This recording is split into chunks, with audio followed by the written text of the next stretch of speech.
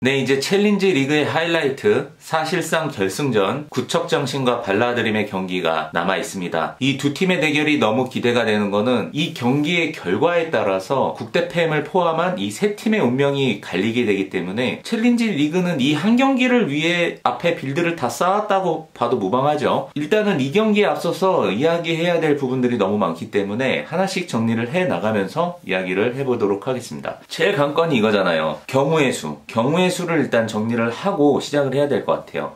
현재 순위는 그렇게 중요하지가 않아요. 아직 경기가 끝나지 않은 상황이기 때문에 누가 1위다 누가 2위다 이건 의미가 없을 것 같고, 마지막 한 경기에 승자가 누가 되냐에 따라서 최종 순위가 어떻게 결정이 되는지를 정리를 해봐야 되는데, 제일 깔끔하게 정리가 되는 거는 구척장신은 정규 시간의 승리를 포함해서 승부차기까지 가게 될 경우 무조건 승격을 합니다. 여기서 승부차기로 간다라는 개념은 사실상 무승부를 의미하는 거거든요. 만약에 승부차기에서 지더라도 골 득실에서 앞서기 때문에 구척장신이 1위로 바로 승격을 하게 됩니다. 그러니까 상당히 유리한 거죠. 이렇게 될 경우에 2위 자리는 국대팸이 올라가게 됩니다. 구척장신이 발라드림을 이기면 구척장신보다 더 기뻐할 팀은 국대팸인 거죠.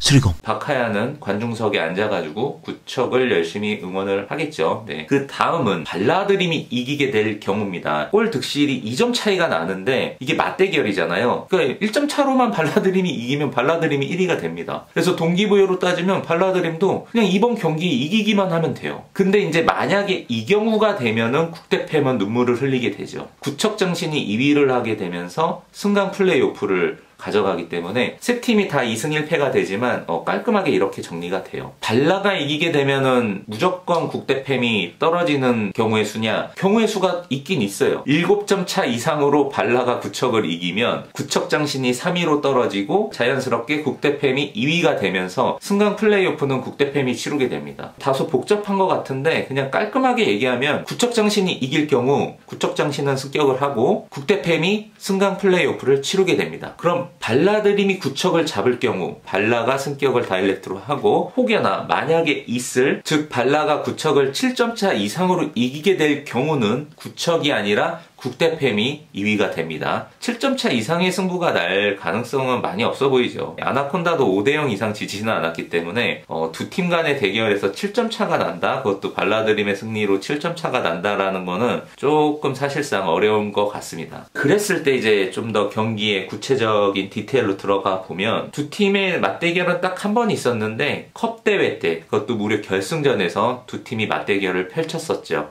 이 경기를 다시 좀 되새겨 보면은 경기를 거의 구척이 잡았었어요. 1대0으로 그렇게 끝나나 싶었던 경기가 종료 3초를 남기고 경서의 극장골로 둘이 1대1이 되면서 연장전으로 들어가게 된 거거든요. 그러니까 사실상 구척장신이 거의 다 잡은 경기를 마지막 그 3초를 남기고 잡힌 거예요. 그리고 그렇게 들어간 연장전에서 석이한테 결승골을 먹히면서 2대1로 석패를 하게 되죠. 그래서 아마 구척장신이 정말 아쉬웠을 거예요. 더군다나 이 경기를 좀 더 구체적으로 들여다보면은 허경희 선수가 이 경기 때 부상을 당했었어요. 그렇게 연장전에서는 허경희 없이 경기를 뛰게 됐던 건데, 그런 측면으로 보면 구척이 정말 이를 갈고 이 복수전을 준비하지 않았을까 싶습니다. 유리한 경우의 수를 가지고 있는 구척장신임에도 불구하고 조금의 방심도 하지 않고 발라드림을 상대할 것 같아요. 반면에 발라드림 역시도 지면 끝이에요. 그러니까 승강 플레이오프 자체를 치를 수가 없는 거죠. 대신 이기면 바로 승격이에요. 오히려 이 한 경기에 대한 절실함은 발라드림이 더 갖고 있을 수가 있어요. 구척장신 입장에서는 혹여나 이 경기에서 지더라도 7점 차 이상으로만 지지 않으면 승강 플레이오프를 통해서 승격을 할 수 있는 기회를 또 한 번 가질 수가 있거든요. 근데 이제 발라드림은 그게 없는 거예요. 수리공.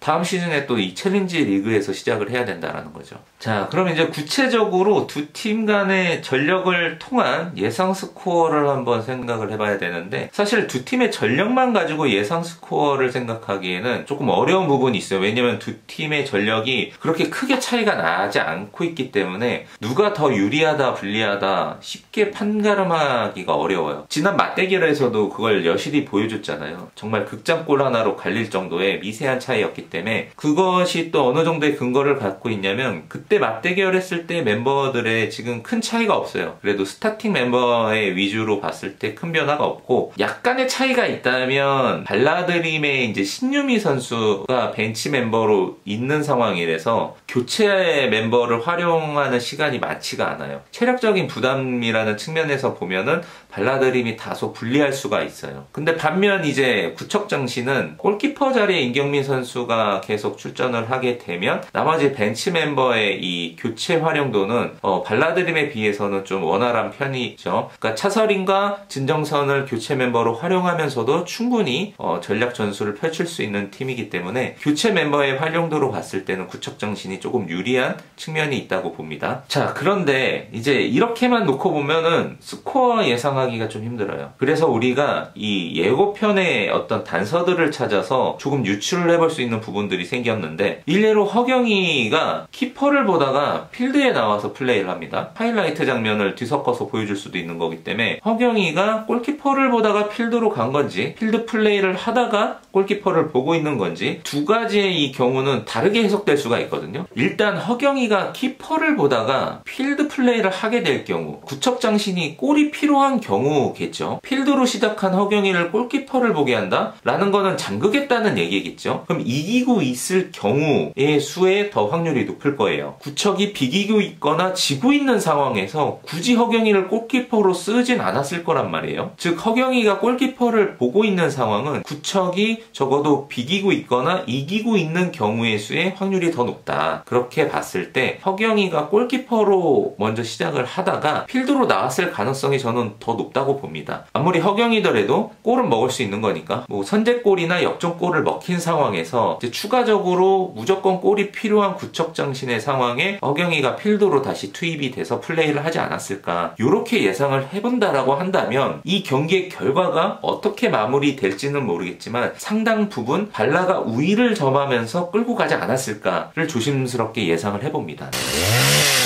수리공 한 점차 승부일 가능성이 너무 높아 보이고 이 한 점차 승부의 우위는 발라드림일 확률이 더 높아 보입니다. 그래서 제가 예상하는 스코어는 골이 그리고 많이 나을 것 같지는 않거든요. 그 한 점차의 포지션이 3대2나 4대3이나 뭐 이렇게까지 나올 것 같지는 않고 1대0 내지 2대1일 가능성이 높아 보여요. 한 점차 발라드림의 승리거나 혹은 동점으로 승부차기까지 가거나 승부차기가 이제는 한 경기 정도는 나와줘야 될 때가 됐거든요. 만약에 그 승부차기가 나와야 된다라고 한다면 이번 경기가 딱 어울리지 않을까. 이 박빙의 경기에서 지난 맞대결의 그 그림을 다시 한번 연출하지 않을까라는 좀 조심스러운 예상을 해봅니다. 그 승부차기는 좀 더 다른 영역의 이야기인 것 같아요. 키커들의 라인업을 보면은 어느 정도 유리하다 불리하다를 생각해 볼 수가 있는데 아무래도 신유미가 껴있는 발라드림이 조금은 불리하지 않을까라고 생각이 들기는 합니다. 근데 만약에 이게 또 골키퍼까지 킥을 찰 수 있는 상황이 온다면 그때는 또 발라드림이 유리해 보이고 그래서 이거는 막 이것저것 따져서 계산을 하기에 너무 변수가 많기 때문에 승부차기로 갔을 때는 특별하게 또 어느 팀이 유리하다 이렇게 예상하기는 힘든 것 같아요.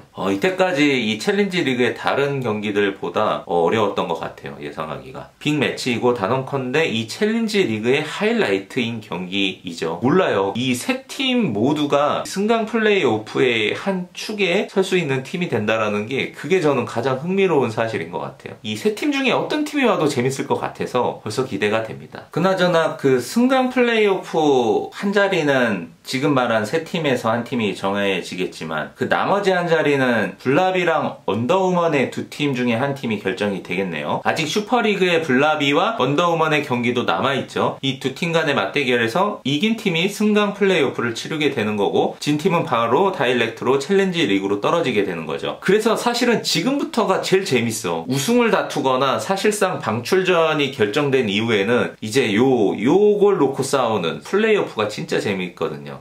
진짜 어떤 팀을 응원해야 되냐. 뭐 어떤 팀이 슈퍼리그에 올라가고 또 어떤 팀이 또 챌린지 리그에 나와야 되는지 참 하여튼 흥미진진합니다.